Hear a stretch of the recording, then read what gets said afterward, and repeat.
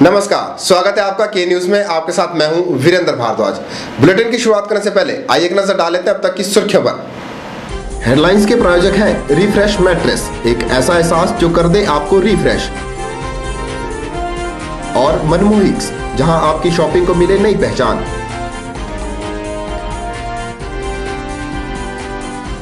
बढ़ती बेरोजगारी और महंगाई पर राज्यपाल ने जताई चिंता। नई सरकार को सभी चुनावी घोषणाएं पूरा करने को भी कहा।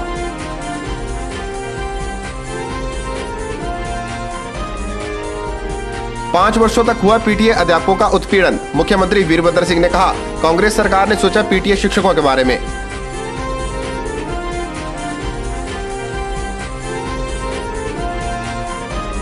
देश भर में गरमाया सैनिकों की मौत का मुद्दा। सौरभ कालिया के पिता और पूर्व मुख्यमंत्री की केंद्र को नसीहत, अब तो ले लो सबक।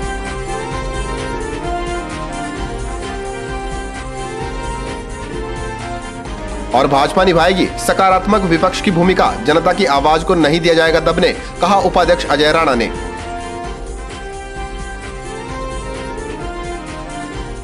और अब खबरें विस्तार से। प्रदेश में बढ़ती बेरोजगारी एक बड़ी समस्या है और साथ ही बढ़ती हुई महंगाई पर भी अंकुश लगाने की आवश्यकता है। यह बात राज्यपाल उर्मिला सिंह ने विधानसभा के शीतकालीन सत्र में अपने अभिभाषण में कही। उन्होंने कहा कि प्रदेश की जनता ने कांग्रेस सरकार का चुनाव किया है और अब मौजूदा सरकार को आम लोगों के हितों के लिए काम करना होगा। उन्होंने उम्मीद जताई कि सरकार जनहित फैसले लेकर जनता को राहत प्रदान करेगी। शीतकालीन सत्र के दूसरे दिन धर्मशाला के तपोवन में राज्यपाल उर्मिला सिंह ने अपने अभिभाषण में प्रदेश में बढ़ती बेरोजगारी और महंगाई पर चिंता जताई है। उन्होंने कहा कि प्रदेश की जनता ने इस बार मौजूदा सरकार को जनादेश दिया है। उसके लिए यह जरूरी है कि सरकार द्वारा विकास कार्य और आम लोगों के कल्याण के लिए नीतियां निर्धारित की जाए। उन्होंने कहा कि वर्तमान सरकार विधानसभा के बजट सत्र के दौरान विकास कार्य के लिए नीतियों और कार्यक्रमों की रूपरेखा तैयार करेगी। हाल में ही संपन्न हुए विधानसभा चुनाव ने इस तथ्य को पूर्णतः सिद्ध कर दिया है कि इस सुंदर प्रदेश के लोगों का लोकतंत्र के मूलभूत सिद्धांतों में अटूट विश्वास है। इस प्रदेश के लोगों में समानता, ईमानदारी एवं कर्तव्यपरायणता की भावना फूट फूट कर भरी है। उन्होंने अपनी इच्छा को चुनाव परिणामों के माध्यम से स्पष्टता से अभिव्यक्त किया है, जिसके लिए वे बधाई के पात्र हैं। मैं प्रदेशवासियों को विश्वास दिलाना चाहूंगी कि मेरी सरकार अपनी नीतियों के अनुरूप उपयोगी और रचनात्मक आलोचना के प्रति हमेशा सजग रहेगी। राज्यपाल उर्मिला सिंह ने कहा कि प्रदेश की जनसंख्या का एक बड़ा हिस्सा अपनी आजीविका के लिए बागवानी और कृषि पर निर्भर है। राज्यपाल ने अपने अभिभाषण में कहा कि सरकार भ्रष्टाचार को खत्म करने के लिए अहम कदम उठाए और प्रदेश के लोगों को एक स्वच्छ प्रशासन दे। उन्होंने कहा कि राज्य के कर्मचारियों का जो उत्पीड़न हुआ है उसे अब समाप्त कर दिया जाएगा। सरकार कर्मचारियों की जायज समस्याओं और मांगों पर सहानुभूतिपूर्वक विचार करे। उन्होंने कहा कि महिलाओं की सुरक्षा और कल्याण के लिए सरकार बड़े कदम उठाएगी और समाज में सभी वर्गों के विकास में सक्रिय भागीदारी सुनिश्चित करेगी। विधानसभा का शीतकालीन सत्र 11 जनवरी तक चलेगा। के न्यूज के लिए धर्मशाला से निपी बादल की रिपोर्ट। बीते 5 वर्षों में पीटीए अध्यापकों का उत्पीड़न किया गया है और उन्हें नौकरी से बाहर करके बेरोजगार बना दिया गया। पीटीए अध्यापक नीति बनने के बाद भी न्यायालयों के ही चक्कर काटते रहे। यह बात मुख्यमंत्री वीरभद्र सिंह ने धर्मशाला के तपोवन स्थित विधानसभा परिसर में पत्रकारों से बात करते हुए कही। ज्ञात रहे कि कांग्रेस सरकार ने सत्ता में आते ही पीटीए अध्यापकों के लिए नीति बनाने का ऐलान पहले कर दिया है। वक्त में तो जो पैड थे, टीचर्स थे और जो उनका उत्पीड़न किया गया, हजारों को नौकरी से बाहर कर दिया गया। और क्या पॉलिसी है, ये तो जस्ट कोई स्पष्ट पॉलिसी उनको रखने के बारे में नहीं थी। इस वक्त हम सोच समझ कर उसकी ठीक से नीति बनाएंगे। ज़्यादा वक्त में तो वो हाई कोर्ट में या दूसरे अदालतों में मुकदमा करते रहे के खिलाफ। अगर उन्होंने उनकी नीति बनाई थी तो वो कोर्ट में क्यों गए? पाकिस्तानी सेना की तरफ से आए दिन किसी न किसी भारतीय जवान को अपना शिकार बनाया जा रहा है। मंगलवार को श्रीनगर में भी 2 जवानों को मौत के घाट उतार दिया गया। गौर रहे कि इससे पहले भारतीय सेना के जवान सौरभ कालिया और उसके साथियों के साथ भी पाकिस्तानी सेना ने अमानवीय व्यवहार किया था। सौरभ कालिया के पिता डॉक्टर M.K. कालिया का कहना है कि पाकिस्तानी सेना ने एक बार फिर उसी घटना को दोहराया है। मंगलवार को पाकिस्तानी सेना द्वारा 2 जवानों की हत्या कर दी गई, जिसे एक शर्मनाक बात करार दिया जा रहा है। इससे पहले भी कारगिल युद्ध में भारत के 5 जवानों के साथ अमानवीय व्यवहार किया गया था। तब भी भारत सरकार ने चुप्पी साध रखी थी, जिस कारण सौरभ कालिया के पिता ने न्याय पाने के लिए सुप्रीम कोर्ट में याचिका दायर कर रखी है। सौरभ के पिता N.K. कालिया का कहना है कि भारत सरकार को इस मामले पर सख्त कार्रवाई करनी चाहिए, ताकि बार बार भारतीय जवानों के साथ ऐसा अमानवीय व्यवहार न हो और जवानों को भी सुरक्षा मिल सके। तो भारत सरकार को चाहिए कि ऐसा कोई सख्त कदम उठाए, ताकि पाकिस्तान ने ऐसी हरकत की है और हमने उसका ऐसा जवाब दिया है, तो फिर दुनिया भर को एक मैसेज होना चाहिए। Doctor N.K. कालिया के अनुसार पाकिस्तानी सेना को लगता है कि ऐसी घटनाओं पर भारत ने न पहले कुछ किया है और न ही आगे कुछ करेगा। उन्होंने कहा कि शायद यही कारण है कि पाकिस्तानी सेना ने भारतीय सैनिकों के साथ एक बार फिर अमानवीय व्यवहार जैसी हरकत की है। वो तो उनकी तो एक आदत है मतलब ऐसी हरकतें करने की। वो भारत को मतलब एक सॉफ्ट मतलब स्टेट मानते हैं भी, हम चाहे जो मर्जी कर लें, भारत ने इसके ऊपर कोई कार्रवाई तो करनी नहीं है। पाकिस्तान तो है ना, वो ऐसी हरकतें ही करता है और करता रहेगा। अगर भारत सरकार इसके ऊपर कोई उचित कार्रवाई नहीं करेगी तो ऐसी हरकतें होती रहेंगी पाकिस्तान की तरफ से। गौरतलब है कि सौरभ कालिया के साथ जो पाकिस्तानी सेना ने किया, उसकी लड़ाई वे अब तक लड़ रहे हैं। उन्होंने न्याय पाने के लिए सुप्रीम कोर्ट में याचिका दायर की है। के न्यूज के लिए पालमपुर से दीपक राणा की रिपोर्ट। वही पूर्व मुख्यमंत्री एवं नेता विपक्ष प्रोफेसर प्रेम कुमार धूमल ने पाकिस्तान द्वारा अपनाई गई कार्यवाही की कड़े शब्दों में निंदा की है। प्रोफेसर धूमल ने इस मुद्दे पर केंद्र सरकार को आड़े हाथ लेते हुए कहा कि अगर भारत सरकार सौरभ कालिया के मामले को गंभीरता से लेती तो शायद आज ऐसी दुखद घटना फिर से ना घटी होती। प्रोफेसर धूमल ने कहा है कि अब इन बातों पर गंभीरता दिखाने की आवश्यकता है कि कल मेंढर सेक्टर में जम्मू कश्मीर में जो दुखद और शर्मनाक घटना हुई है, हम उसकी घोर भर्त्सना करते हैं। पाकिस्तान का ये रवैया अपमानजनक भी है, अमानवीय भी है। अगर कैप्टन सौरभ कालिया के मामले से लेकर इस मामले को गंभीरता से उठाया गया होता तो वैसा दुस्साहस न करते कि हमारे पेट्रोल के जवानों पर अटैक करके उनका गला काट कर ले जाने की हिम्मत उनमें नहीं होती। भारत सरकार अब भी केवल प्रोटेस्ट कर रही है, केवल बात करने की बात कर रही है। एक तरफ हम मैचेस उनके साथ खेल रहे हैं, अच्छी भावना पैदा करने की बात कर रहे हैं। है कि अब समय आ गया है, देश को उठ जागना चाहिए। भारत सरकार को देश के लोगों की भावनाओं को समझना चाहिए और समुचित उत्तर पाकिस्तान को इसका मिलना चाहिए। बात आसाराम बापू की। आसाराम बापू द्वारा दिए गए बयान का देश भर में कड़ा विरोध हो रहा है। मंडी में अखिल भारतीय जनवादी महिला समिति ने आसाराम बापू द्वारा दिए गए बयान के विरोध में एक रैली निकाली और चौहाटा बाजार में पुतला फूंककर आसाराम बापू के खिलाफ जमकर नारेबाजी की। जनवादी महिला समिति ने ऐसे बयान देने वालों के खिलाफ मामले दर्ज करने की मांग की है। बुधवार को मंडी में अखिल भारतीय जनवादी महिला समिति ने आसाराम बापू द्वारा दिए गए बयान के विरोध में एक रैली निकाली और जमकर नारेबाजी की। इसके उपरांत चौहाटा बाजार में आसाराम बापू का पुतला भी फूंका गया। जनवादी महिला समिति सदस्यों का कहना है कि देश में महिलाओं के साथ हो रहे अत्याचारों पर कड़े कानून बनने चाहिए और इन कानूनों का सख्ती से पालन किया जाना चाहिए। इसके साथ ही जनवादी महिला समिति ने बेतुके बयान देने वालों के खिलाफ मामले दर्ज करने की मांग भी की है। बाबा आशाराम ने जो पिछले कल पेपर में के माध्यम से एक स्टेटमेंट दी कि महिला एक हाथ से ताली नहीं बजती, हम उसका विरोध करते हैं और हम ये भी मांग करते हैं कि बाबू आशाराम के ऊपर केस दर्ज किया जाए और आइंदा इस तरह की स्टेटमेंट देना, सार्वजनिक स्टेटमेंट देना ऐसे बाबे लोग बंद करें। जो महिला विरोधी बाबे हैं उनके ऊपर केस दर्ज किया जाए, नहीं तो उन बाबों के ऊपर पाबंदी लगाई जाए। ऐसे बाबे हमें देश में मंजूर नहीं है। जनवादी महिला समिति सदस्यों का कहना है कि दिल्ली गैंगरेप के आरोपियों को जल्द से जल्द और कठोर से कठोर सजा दी जानी चाहिए। अगर सरकार फांसी के लिए नहीं होती रजामंद तो उनको जनता के हवाले किया जाए या उनको ऐसा दर्द दिया जाए ताकि वो भी महसूस करें कि दर्द होता है, जब कैसा महसूस होता है। और जो आसाराम बापू ने बोला है कि अगर उन्होंने मेरा नाम लिया होता, अब क्या महिला एक किसी भी उसकी मोहताज है, किसी का नाम लेकर रिश्तेदारी बताएं कि ये मेरा रिश्तेदार है, मेरे को छोड़ दिया जाए, तो महिलाओं पर अत्याचार नहीं होना चाहिए। ये बहुत गलत काम हुआ है। इस धरना प्रदर्शन में शामिल लोगों ने राज्य सरकार से प्रत्येक थाने में महिला कर्मचारियों को अधिक संख्या में तैनात करने की मांग भी की है, ताकि महिलाएं आप बीती को सही ढंग से बता सकें। ब्यूरो रिपोर्ट, के न्यूज मंडी। सोलन और सिरमौर में करीब 750 लोगों को ठगने वाले शातिर नटवरलाल को पुलिस ने गिरफ्तार कर लिया है। पाल छतपाल उर्फ प्रीतपाल सिंह निवासी सोलन को एक दिन के पुलिस रिमांड पर भेजा गया है।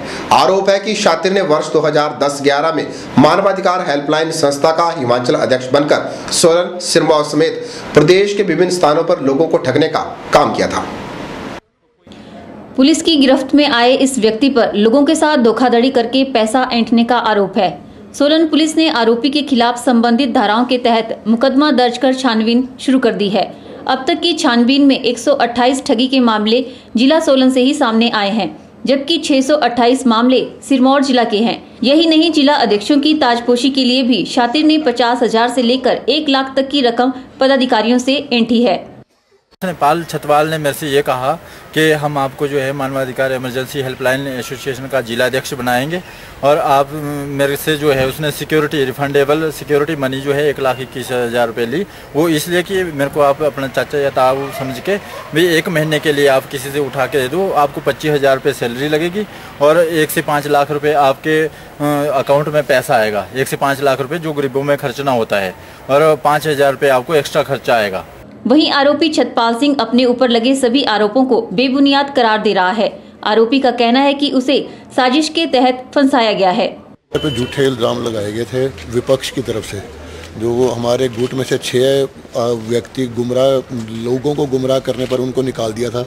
आपके मीडिया के द्वारा बाकायदा उसको अखबारों में दिया गया था। उन्होंने अपना एक विपक्ष बना लिया और जबकि मैं परमार्थ के काम करने में लगा हुआ था, आपके अखबारों के माध्यम से मुझे सम्मानित भी किया गया, मंत्रियों से, गवर्नर से, सबसे, लेकिन उन लोगों ने विपक्ष का एक भूमिका निभाई। जब 1100 रुपये मेंबर के हिसाब से पैसा इकट्ठा हुआ, वो दिल्ली गया, उसकी तमाम रसीदें हमने दिखा दी हैं कोर्ट में और बाकायदा राष्ट्रीय अध्यक्ष द्वारा रसीदें काटी गई थी। 1100 रुपये इकट्ठे करने के बाद इन्होंने काफ़ी पैसा लोगों से इकट्ठा किया। फिर उन्होंने कोई उससे जो बायलॉज था सोसाइटी का, उसके हिसाब से कोई भी काम नहीं किया है, कोई उसकी रसीद नहीं काटी उन्होंने और उसके बाद आपने कोई भी किसी को सामाजिक कार्य ना किया है। इसका फिर प्राइवेट में इन्होंने अपना पर्सनल खाते में वो पैसा डाइवर्ट कर लिया। पुलिस ने आरोपी को रिमांड में ले लिया है। अब पूछताछ में ही अन्य बातों का खुलासा हो पाएगा। पुलिस को उम्मीद है कि जल्द ही आरोपी के मुंह से अब कुछ उगलवा लिया जाएगा। के न्यूज के लिए सोलन से कीर्ति कौशल की रिपोर्ट। आरएस नेगी ने मंडी जिला पुलिस अधीक्षक के तौर पर अपना कार्यभार संभाल लिया है। आरएस नेगी किन्नौर जिले से संबंध रखते हैं। इससे पहले भी नेगी मंडी जिला में अपनी सेवाएं दे चुके हैं। उन्होंने डीएसपी सुंदरनगर के रूप में वर्ष 1991-92 में कार्य किया है। इसके साथ ही शिवरात्रि मेले के दौरान कानून व्यवस्था को बनाए रखने की जिम्मेवारी भी वे पहले संभाल चुके हैं। आरएस नेगी एसपी चंबा रहने के साथ ही एसपी सीआईडी भी रह चुके हैं। वर्तमान में इन्हें एसपी मंडी के तौर पर तैनाती दी गई है। बुधवार को कार्यभार संभालने के बाद आरएस नेगी ने जनता को सही कानून व्यवस्था देना अपनी प्राथमिकता बताया। उन्होंने कहा कि कोई भी व्यक्ति निराश होकर ना जाए, यही उनका प्रयास रहेगा। 8 कर लेते हैं सर, कोई बात नहीं। अगर हम जो शिकायत लेकर आते हैं, कंप्लेनेंट्स होते हैं, अगर हम उनको सेटिस्फाई नहीं करवा पाते या जो प्रार्थना लेकर आते हैं उसकी सुनवाई हम ढंग से नहीं कर पाते, तो हमारा क्या फायदा। अल्टीमेट जो एंड है हमारा वो है जनता की सेवा। हमारे पास जो भी आता है वो सेटिस्फाई होके जाए। जो सुझाव आता है, जो शिकायत आता है, उसके ऊपर हम गौर करें, सुधार लाए, हर चीज़ में सुधार लाए, थाने लेवल पर, जिले लेवल पर, सब जगह हम सुधार ला सकते हैं। उसके लिए हम प्रयास करेंगे और करते रहेंगे, क्योंकि बोलते हैं there is always scope for improvement. हाँ, तो चलता रहता। चलिए, इसके साथ के न्यूज में वक्त चला एक छोटे से ब्रेक का। ब्रेक के बाद भी खबरों का सिलसिला जारी रहेगा। देखते रहिए के न्यूज।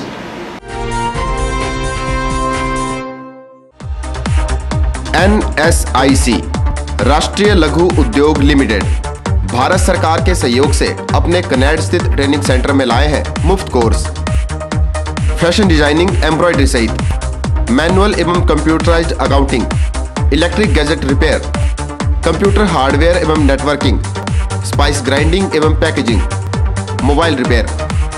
यह सभी कोर्स सभी वर्गों के लिए हैं। योग्यता 8वीं और 10वीं पास। पहले आए निशुल्क शिक्षा पाएं। अधिक जानकारी के लिए NSIC के केंद्र प्रमुख लोकेश भाटिया से संपर्क करें। डायल करें 98163 60071 या 01905 241 313। जय मां लक्ष्मी पॉपुलर नर्सरी नजदीक प्राइमरी स्कूल नलसर चौक। पॉपुलर के पौधे लगाने का समय आ गया है।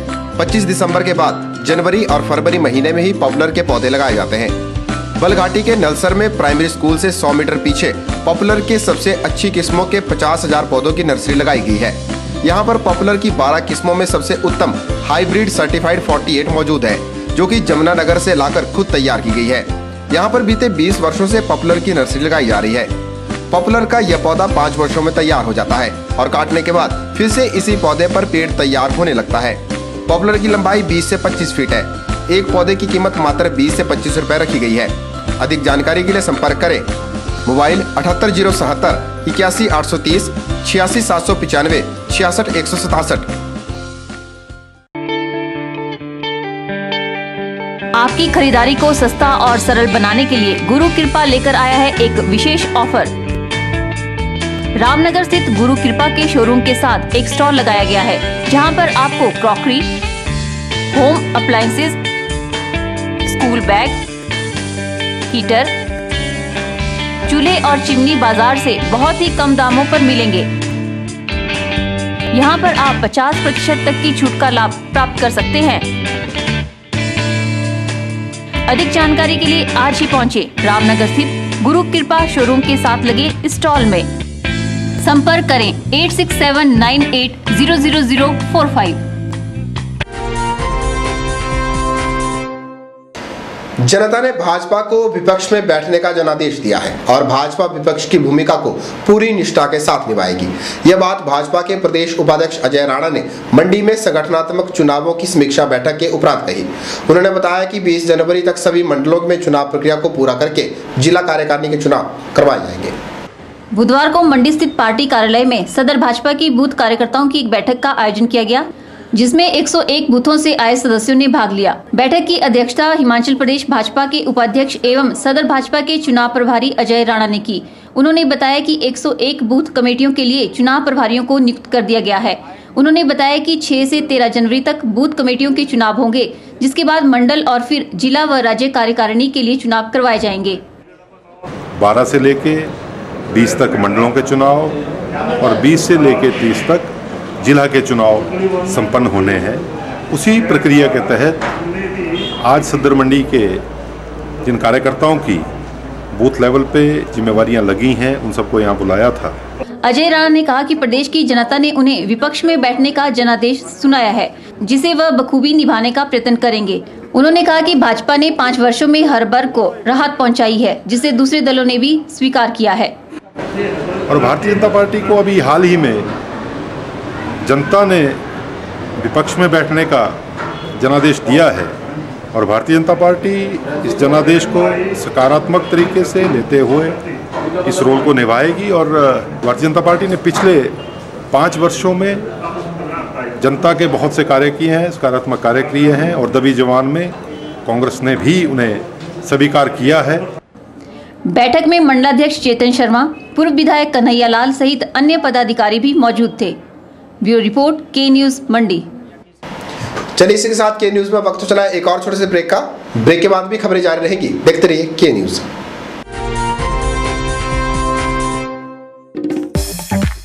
Numero 1 exclusive store offers you a grand sale offer up to 40% off on woolens. Limited period offers. In Orbit offers you a wide range of woolen articles. Sale up to 40% off on woolens brands: Levi's, Spiker, Puma, Nike, US Polo, Lee, Arrow, Van Heusen, Peter England, Indian Terrain. Rush now limited period offer. Numero 1 exclusive store and in Orbit. Shop number 36, 37, 38 Indira Market, Mandi, Himachal Pradesh. Now avail teaching job at famous Indus Road School. Required qualified and experienced all subject teachers from PPRTs to PGT for pre-primary, primary and secondary.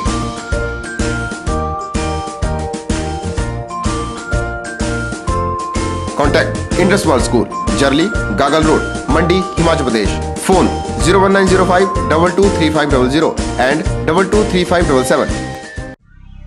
आपके मंडी शहर में खुल गया है dental care clinic, multi speciality dental clinic, जिसमें आपको मिलेगा orthodontics यानी टेढ़े मेढ़े दांतों का इलाज। वर्ष भर 24 घंटे यहाँ उपलब्ध रहती हैं।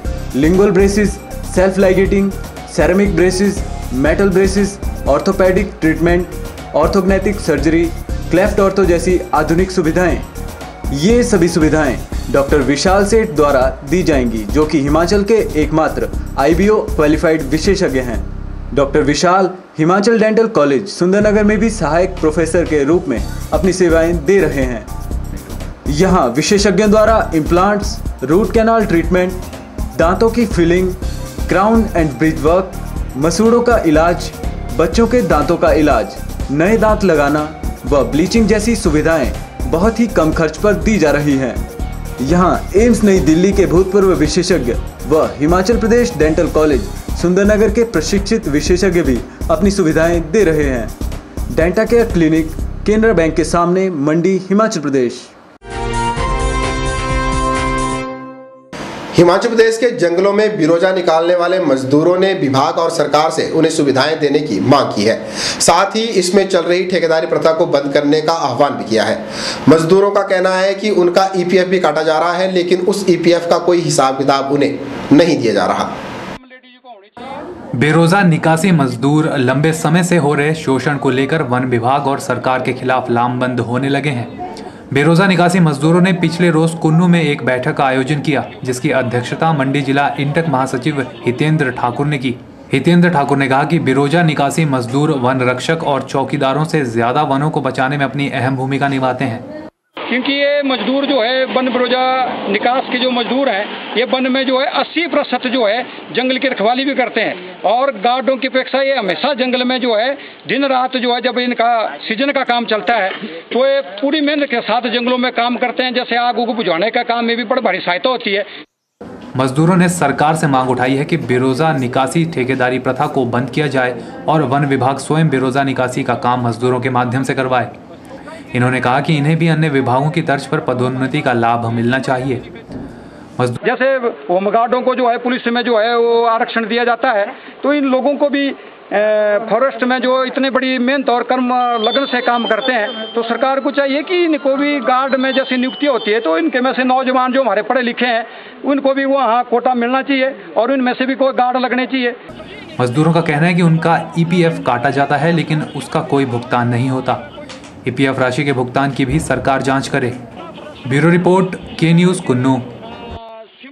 के न्यूज के इस हक में फिलहाल इतना ही। ताजा जानकारी के लिए देखते रहिए के न्यूज को। वीरेंद्र भारद्वाज को दीजिए इजाजत। नमस्कार।